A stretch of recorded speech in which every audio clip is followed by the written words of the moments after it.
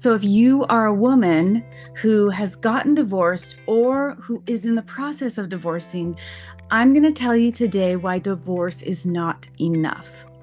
It's not enough to get you to where you want to be. It's not enough to actually heal you.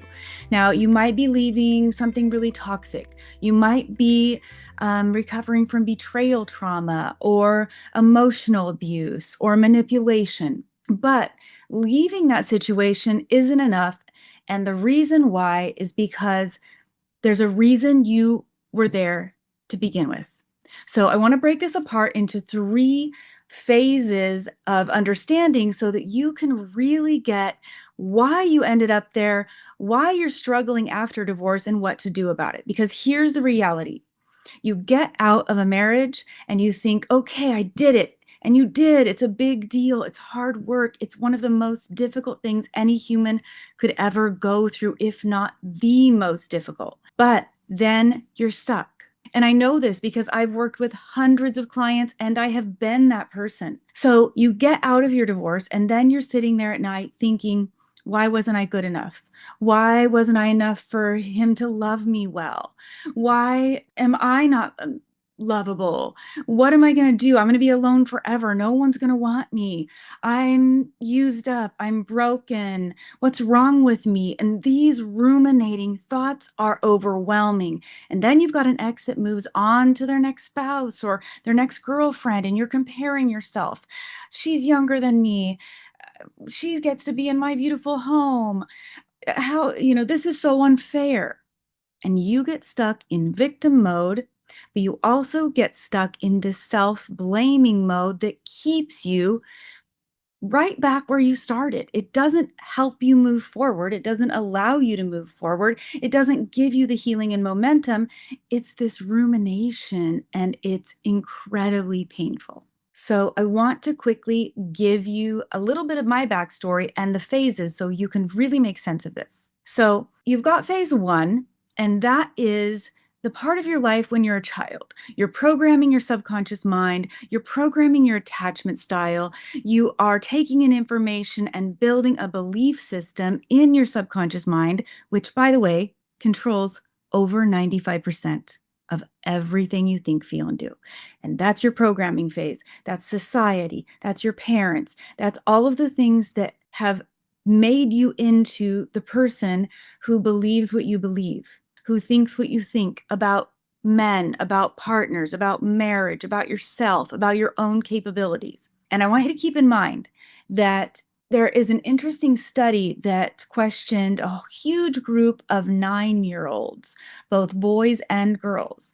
And what they found is when they asked them what they wanted to be when they grew up, at 9 years old, they were both really adamant. They would say exactly what they wanted to be, exactly what they wanted to do. They were certain. They interviewed those same kids when they were 13. And all the girls were now saying, I don't know. I don't know. What do you think I should be? What does so and so think I should be? Or what my parents think I should be? They were taking on the influence of the outside world, trying to fit into a box that would make them approved by the world, that would make them accepted. Those little boys at 14 still said the same answers with the same level of confidence.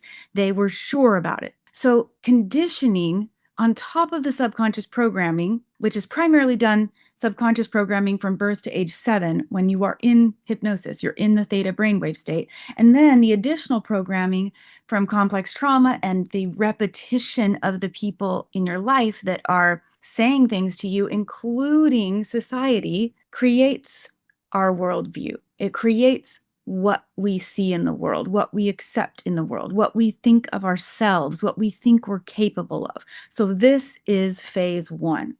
Now, phase one set you up for phase two and the choices you're going to make in phase two of your life.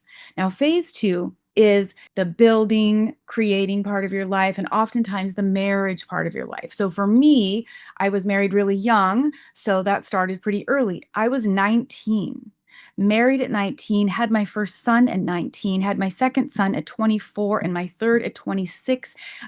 Was on my third home by the time I was 27, building, our 3,500 square foot dream home. That's a very accelerated timeline, but I was driven and I was very I was determined that I was not going to be a failure, that we were not going to be a failure, that this marriage was not going to be a failure, that my children would never experience divorce the way I did because my parents divorced when I was 5 years old, which is part of phase one programming, part of abandonment wounds, part of my attachment style, all of that. Now, in phase two, I'm trying to be what I have determined makes me a good woman, a good mom, a good wife, a good person in society, which was all determined by phase one. In phase two, I'm trying to bring it into actualization. I'm trying to create what's in my programming. And so during that time, we are trying to fill a role, but we aren't necessarily honoring ourselves. Okay. We aren't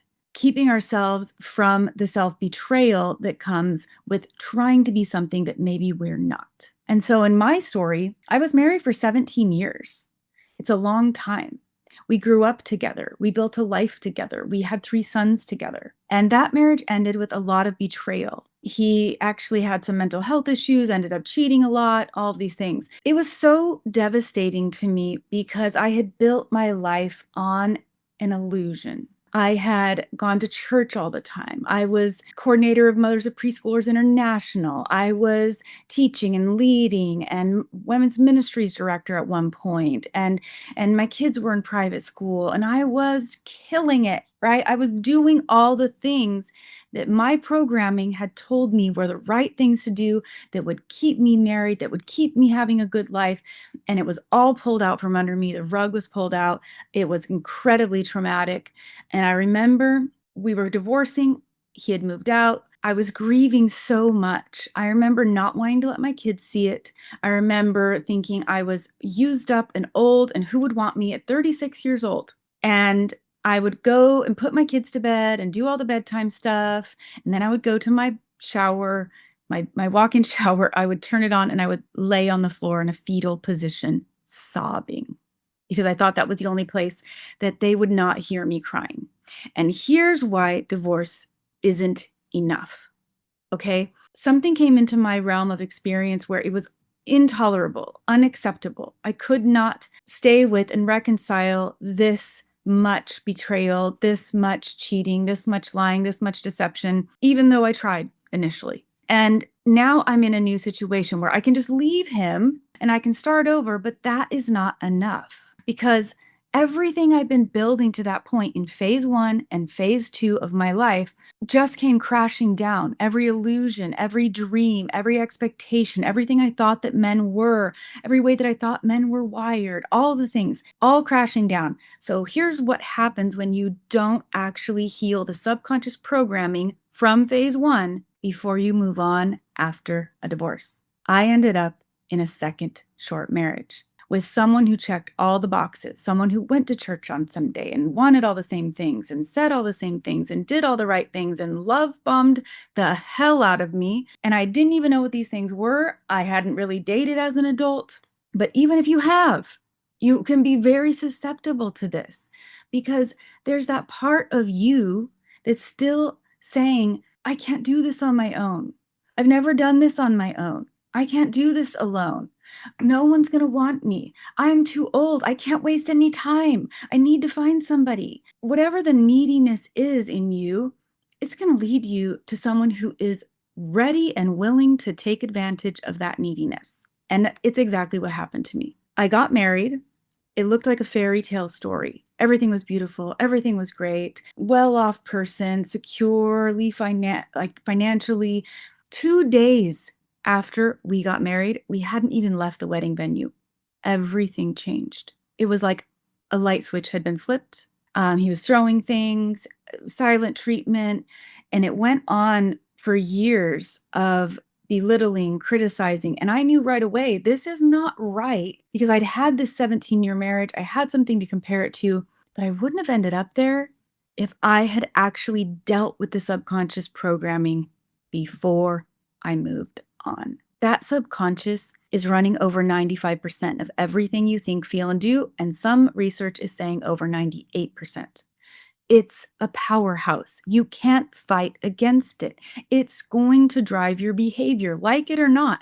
Your willpower is not strong enough to overcome your subconscious mind. So here I am in a second marriage. It's miserable. By the second year, I said, you're going to get some help or I'm going to leave. So he doesn't want me to leave. So he starts going to these narcissistic specialists, like people who'd been on Oprah. We went to narcissistic specialists all over the country. And what I realized fairly quickly is that this is not a quick fix. He has no interest in actually changing. He's just appeasing me. He's just throwing money at this and appeasing me so I don't leave. And I sat in these recovery groups with these women from all these different programs who all they did was bitch about their husband, share all the shitty things he did, talk about how fucked up he was, how miserable they were. And I knew not very long into that, I am not going to sit in this bullshit. I am not going to sit in a program that just has me ruminating about what's awful, because the reality is I wanted to feel better. I wanted out. I wanted something better. I didn't want to sit and rehash it. I didn't want to play the victim. I knew I wanted something more. I also had my own therapist. I was doing my own EMDR. I was working so hard. And here's what it felt like. It felt like I was digging myself out of a deep, long pit, like a deep well, and just clawing my way out with my fingernails. And I'd finally reach a place where there's some light at the end of this tunnel, and I'd get kicked in the head and fall right back down to the bottom, and I was just a wreck again. And so I knew there had to be a better way, because this process was not working. And the reason it wasn't working is because I was using my conscious mind to try to rationalize my way out and to try to use willpower. That's what we're doing in regular talk therapy. And what I needed was some subconscious reprogramming that addressed all of the programming from phase 1, all of the trauma from phase 2, and actually reconnected me with my self-worth and my authenticity. Because that person had been shut down so long before the betrayal trauma, long before the narcissistic marriage. That little girl who had fire in her eyes and a spark in her, and who thought she could be anything and who dreamed big, she had been shut down and shut off for so long. I could not find her. I didn't know where she was. I didn't know that she even still existed. And so I ended up hiring a hypnotherapist who does the modality that I now do, and it was a game changer. It changed everything. I finally disconnected from the story that was keeping me stuck in the loop, that was keeping me attached, that was keeping me over-explaining, trying harder, over-functioning, all the things I was trying to do. I went back to school, I changed careers, and I got divorced again. Now, what I want to do for women is get them to that place of subconscious reframing, coupled with attachment style and relationship coaching, coupled with support, because it is a lonely journey. And I honestly can't think of many people who sat with me in the darkness of that journey. There were occasions my mother did. I have an aunt who is an aunt through marriage for me, and she is probably one of the only people who sat with me in the darkness of that and heard me out. But the rest of it was the subconscious work I'd done, the coaching certificates I'd gone after, the hundreds of books. I stopped counting at 600 books that I was purposely implementing, but I was finally able to implement it because I had done the subconscious work. So here's the thing. We can give someone a tool to use, communication tool. Communicate like this, talk like this, say it like this. But the problem is that communication stops the second either of those people are emotionally triggered. There's an emotional wound, and that sends you into fight or flight. Your brain sends the blood out of the frontal lobe of your brain into your large muscle groups. You can't think straight.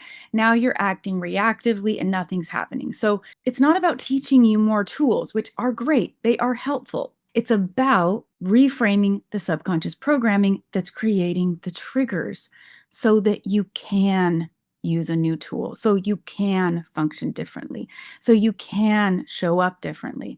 And this is what I'm doing in my newest, most comprehensive program right now, the Secure Self. It is only for women right now. I will do another one just for men, but I'm starting with women, and I am about to open it up for founding members to become a part of a cohort that gives me input, that gives me feedback, that tells me what the biggest struggles you are having are, so I can make sure we cover it all.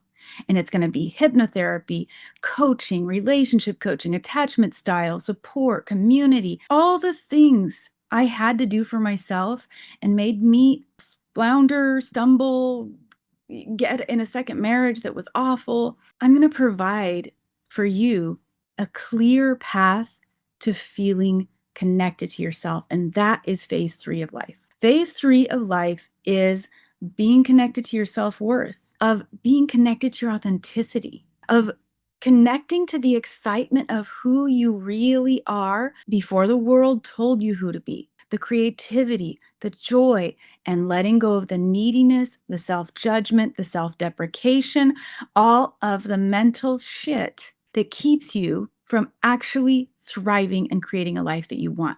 Because that's when you attract someone who's healthy, if you even want to. That's when you are in a place to see clearly moving forward. That is how you recenter yourself in your life, but you've got to do the right work to get you there. Phase 1 preps you for phase 2, which adds more insight or complex trauma, which hopefully gives you the desire, the drive, the absolute disdain for what you've been living that will launch you into phase 3. And that's what the Secure Self program will do. So if you'd like to learn more about that, you can contact me with the link below in the description. You can set up a consultation call. It's totally free. You and I can chat. I can see if you're a good candidate to be a founding member, which is going to be at a significantly reduced price, but only for a very short amount of time.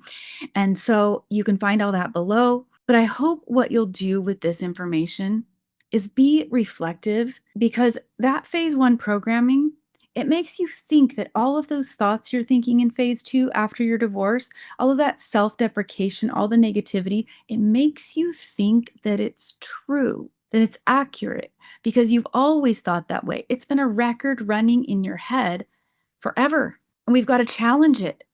You've got to challenge those thoughts and go, is this true? Is this 100% true?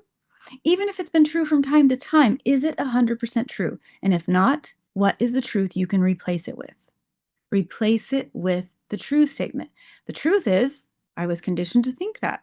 The truth is, I didn't know any better at the time. The truth is, I'm learning. So I want you to be self-reflective, and I want you to realize that divorce does not save you. Divorce is not enough. People stay stuck in phase 2 sometimes for their whole life because they never do the work to actually get to phase 3, and they die in phase 2, not knowing their worth, not living a life that they love, and not feeling free. So again, if you'd like to learn more, check it out. The link is below. And if this content resonates with you, click like and subscribe so that you can be notified every time I post a new video. And just in case you're new here and you have not seen any of my videos before, I'm Keetra Thompson. I'm a certified master hypnotist, a relationship coach, and an attachment style coach. And I am on a mission to create the type of process that will get you where you want to go faster than anything else. So until next time, I hope you curate a life by your own design.